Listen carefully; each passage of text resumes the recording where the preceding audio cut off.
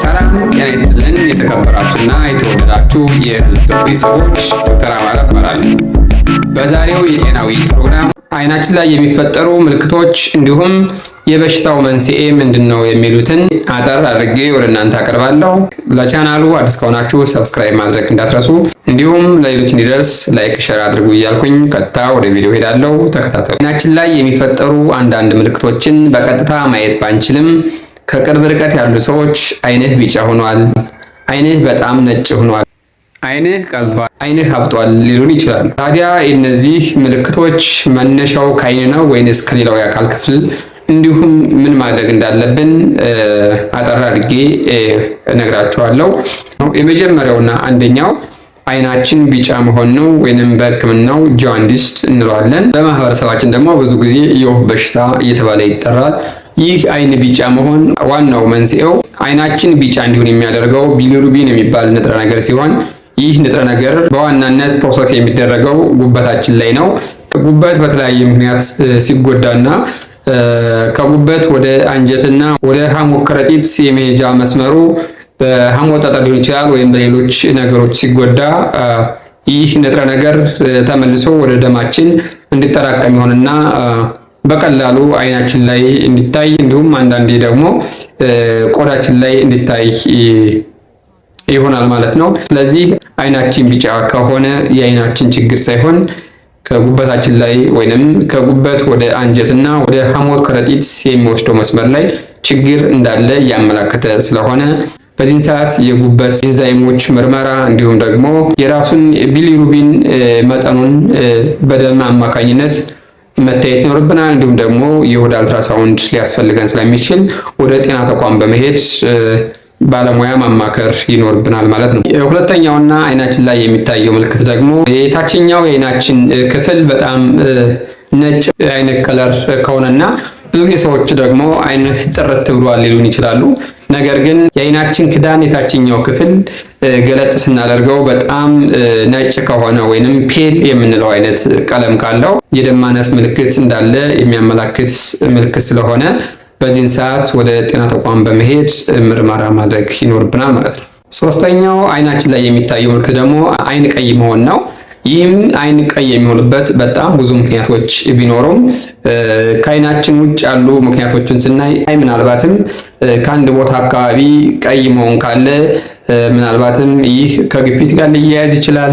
ወይንም ደግሞ በተለያየ ምክንያት ስትሬስ ስናደርግ ወይም ስናመጥ ሊሆን ይችላል። በጣም ረጅም ሳል ስናስል ወይንም ሲያስታውከን ወይም ሲያስነጥሰን የተለያዩ አይናችን ላይ ያሉ የደም ስሮች ራፕቸር ማድረግ ሊሆን ይችላል። ወይንም ደግሞ በተለይ ሁለቱም አይናችን የሚቀላ ከሆነ አንዱ ምክንያት በቂ እንቅልፍ አለመተኛት ሊሆን ይችላል። ወይንም ደግሞ የአለርጂ ምልክት ሊሆን ይችላል ማለት ነው። በተለይ የማሳከክ ባህሪ ካለው ምናልባትም አለርጂ የመሆን እድል ይኖረዋል። ነገር ግን አንዱን አይን ከሆነ በቫይረስ የመጣ ኢንፌክሽን ሊሆን ይችላል ወይንም ባክቴሪያ ሊሆን ይችላል። ከዚህም ጋር ተያይዞ ምናልባት የሳምባ ምች ሲኖርም አይናችን ቀይ ሊሆን ይችላል። ምክንያቱም የሁለቱም አይናችን እንዲቀላ የሚያደርገው ባክቴሪያ እንዲሁም የሳምባ ምች የሚያመጣው ባክቴሪያ ብዙ ጊዜ አንድ አይነት ስለሆነ ምናልባትም ከሳምባ ምች ጋር ተያይዞም አይናችን ሊቀላ ይችላል።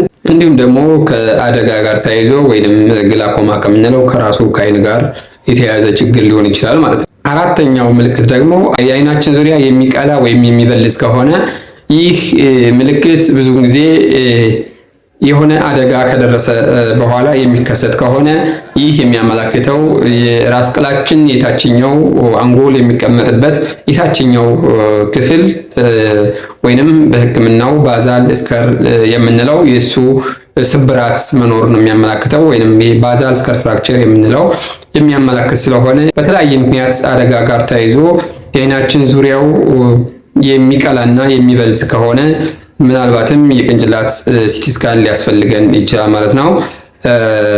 ይህንንም ብዙ ጊዜ በሕክምናው ራኩንስ አይ እንለዋለን። ይህም ማለት ራኩን የምንላት እንስሳ የሚመስል አይን ስለሚሆን ከዛ ጋር ተያይዞ ራኩንስ አይ እንለዋለን። እንደዚህ አይነት ምልክት የሚታይ ከሆነ ሲቲ ስካን መነሳት ሊያስፈልገው ስለሚችል ወደ ጤና ተቋም መሄድ ይኖርብናል ማለት ነው።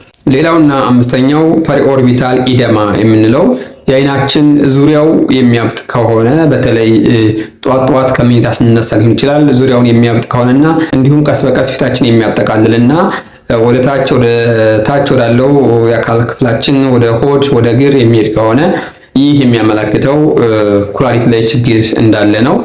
ምክንያቱም ኩላሊት በተጎዳች ጊዜ በቀላሉ ጨውንና ውሃን ማጣራት ሳትችል ስትቀርና በመጎዳቷ ምክንያትም ፕሮቲን በሽንት መልኩ ሲወጣ በሰውነታችን በደም ውስጥ ያለው የፕሮቲን መጠን ሲቀንስ ፈሳሹ ከደም ስር ወደ ተለያዩ የአካል ክፍሎቻችን ይሰርጋል ማለት ነው። ከነዚህም ውስጥ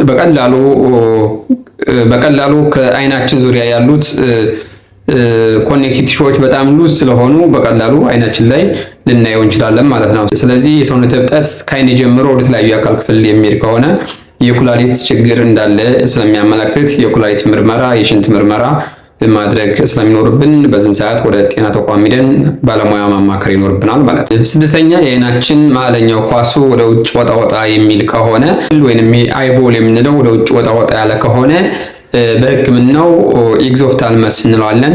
ይህ የሚያመለክተው ደግሞ ከእንቅርት ሆርሞን ጋር ተያይዞ የእንቅርት ሆርሞን መብዛትን ነው የሚያመለክተው። ይህንም በሕክምናው ግራይቭስ ዲዚዝ ወይም አውቶ ኢሚዩን ዲዚዝ እንለዋለን። ይህ ማለት ደግሞ የራሳችን ጸረ እንግዳ አካል የራሳችን ሴል በራሱ በስተት ሲያጠቃ የሚፈጠር ነው። ስለዚህ አይን ጎላ የሚል ከሆነና ከዚህም ጋር ተያይዞ የባህሪ መቃየር ሊሆን ይችላል፣ መነጫነጭ ሊሆን ይችላል፣ እንዲሁም የልብ ምት በጣም መጨመር ሊሆን ይችላል።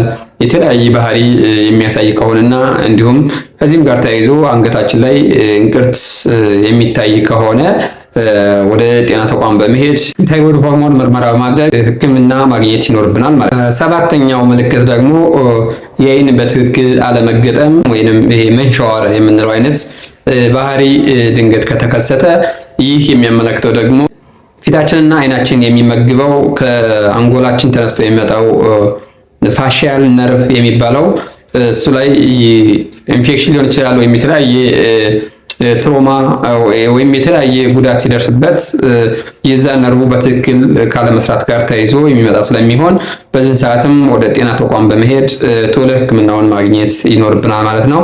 ለዛሬው ያስኩላችሁ አይናችን ስለ ጤናችን ምን ይነግረናል የሚለውን አስመልክቶ ያቀረብኩላችሁ ፕሮግራም ይህን ይመስላል።